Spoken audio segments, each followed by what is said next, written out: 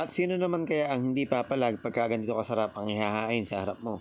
Yung tipong gustong-gusto mong kumain tapos gutom na gutom ka na at maamoy mo pa yung niluto na ganito? Aba, talaga namang mapapakain marami ka talaga. Yung kahit madalas kayo mag-ulam ng manok at kulang na nga lang ay magkaroon ka ng balahibo, pero pagka ganitong luto naman sa manok, talaga namang sulit na sulit at grabe sa sarap. Kaya naman bago pa mahuli ang lahat, tara luto tayo. So meron tayo dito 1 kilong manok. Sinap-chop ko na nga ito at hinugasan ko na nga. So pangkaldereta cut yung aking ginawa. At ito nga ang isang gumimbal sa akin. Biruin mo nga ay 200 ang 1 kilo ng kamatis dito sa amin. Napakamahal talaga ng mga bilihin ngayon.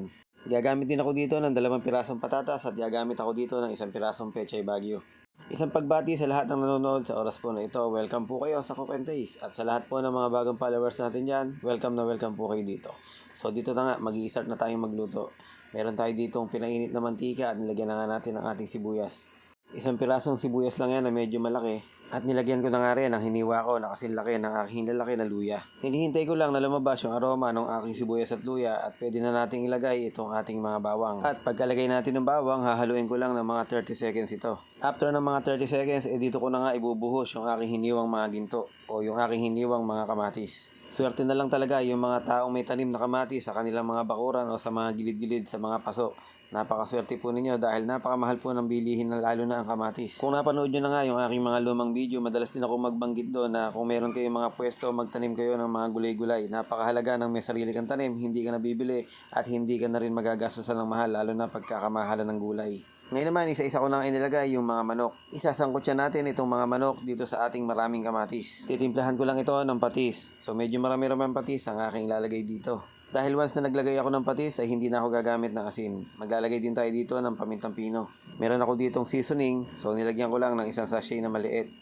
Gusto ko nga palang i-shoutout dito si Evangeline Maygawa at si Agapito Noel. At maraming salamat din sa iyong panonood, Ma'am Berceles Beseles Marcelina. Binabati ko rin si Mr. Rolando Pangilinan. Yun nga lang, medyo matagal-tagal nating isasangkutya ito dahil nga kailangan ay mapalasa natin hanggang sa loob ng kabutu-butuhan itong manok. Pero hindi naman komot sinabi kong matagal baka 1 oras mo na sangkutyahin. Hindi naman, since malambot naman yung ating manok, sandali lang naman din yan. At para nga mas malasa pa talaga, nilagyan ko pa nga ito ng isang beef cubes. Pwede naman kayo maglagay ng chicken cube kung gusto nyo. Kung mapapansin nyo, hindi pa ako naglalagay ng sabaw dito pero nakikita nyo naman medyo matubig talaga. Ngayon lang ako maglalagay ng sabaw dahil nga medyo natutuyot na. Pagkalagay natin ng sabaw, ilalagay na nga natin yung sili at yung patatas. Tatakpan muna natin ito hanggang sa lumambot yung patatas at maya-maya pwede na natin lagay yung ating mga pechay bagyo. Dahil nga sa paghihintay natin na lumambot yung mga patatas, mas lumambot pa nga yung ating mga manok. Ngayon naman nilalagay na nga natin yung mga pechay bagyo. Tinakpan ko lang na sandali at yan na nga. Lumambot na nga yung ating mga pechay bagyo at naglabasan pa nga yung kanyang natural na katas. Para sa akin medyo masabaw pa nga itong aking nagawa kasi nga naglabasan pa nga yung natural na sabaw ng mga gulay-gulay natin. So okay na to. So ito nga pala yung kinamatisang manok. So yun na nga, there you have it. Isang kinamatisang manok na naman ang aking naluto from Cook and Taste. So sana naman nagustuhan nyo. Kaya naman i-like, share and follow nyo na yung ating page. Huwag nyo na rin kalimutang mag-comment dyan ng inyong screenshot. Maraming salamat sa inyong mga suporta sa araw-araw nating pagbablog. I hope na kahit konti natututo naman kayo. Hindi man tayo kasing galing ng mga iba kahit pa paano gusto ko lang talagang magturo o mag-share ng aking mga nalalaman. So habang kumakain naman ako dito gusto ko lang ulit magpasalamat sa mga taong nagbibigay ng kanilang mga stars.